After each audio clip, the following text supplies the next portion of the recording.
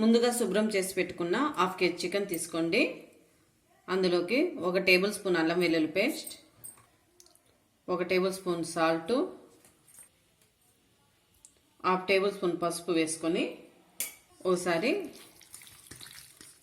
ఈ మసాలా అంతా ముక్కలకు పట్టే విధంగా ఇలా కలుపుకోండి.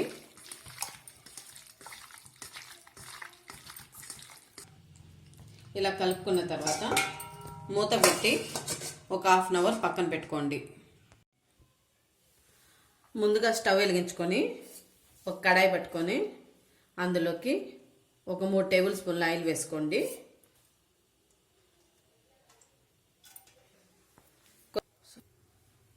ఆయిల్ హీట్ ఎక్కిన తర్వాత 2 మీడియం సైజు ఆనియన్స్ని ఇలా సన్నగా కట్ చేసుకొని వేసుకోండి.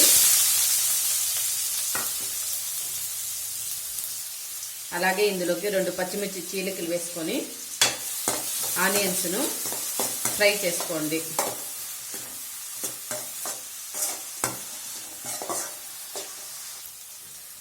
ఇలా ఆనియన్స్ గోల్డెన్ కలర్లోకి మారిన తర్వాత ఇందులోకి మనము ముందుగా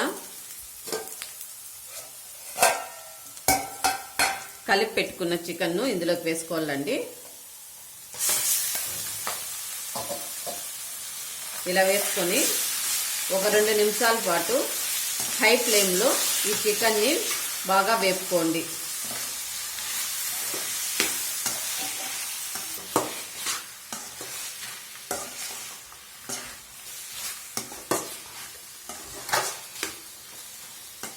హాఫ్ కేజీ చికెన్ ఇది మనము మ్యారినేట్ చేసి పెట్టుకున్నాం కదండి. హై ఫ్లేమ్లో బాగా వేసుకుంటే ఆ వాసన అంతా పోతుందండి. అందుకనేసి హై ఫ్లేమ్ పెట్టుకొని ఒక 2 నిమిషాల పాటు బాగా వేపుకోవాలి మనము.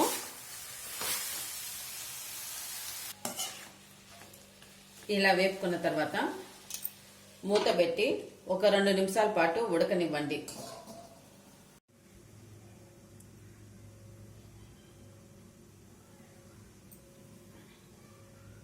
ఇలా మూత తీసి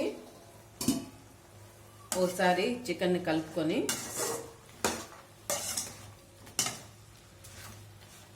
ఇప్పుడు ఇందులోకి మనము ధనియాల పొడి 2 స్పూన్లు,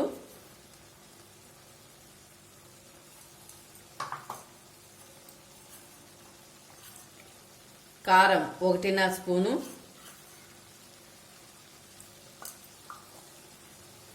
వేసుకున్న తర్వాత ఒకసారి ఈ చికెన్ని కలుపుకోండి.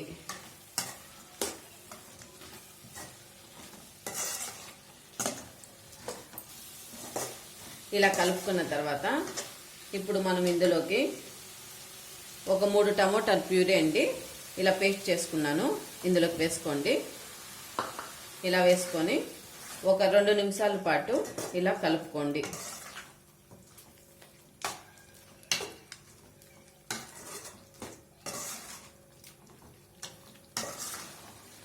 ఇలా 2 నిమిషాల పాటు వేపుకున్న తర్వాత ఇందులోకి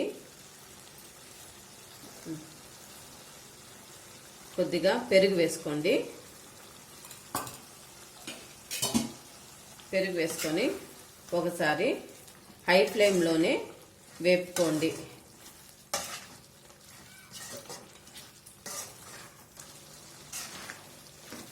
మనము అప్పుడు చికెన్లో మాత్రమే సాల్ట్ వేసుకున్నామండి.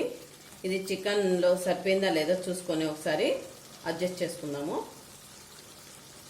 కొద్దిగా తక్కువైంది, నేను ఒక 1/2 టేబుల్ స్పూన్ దాకా వేసుకుంటున్నాను.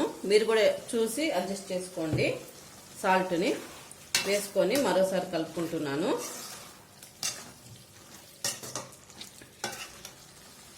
ఇప్పుడు ఇందులోకి కొద్దిగా కొత్తిమీర కూడా వేసుకొని అలాగే ఒక 1/2 కప్పు దాకా వాటర్ పోసుకుందాము. పోసుకొని ఒకసారి కలుపుకొని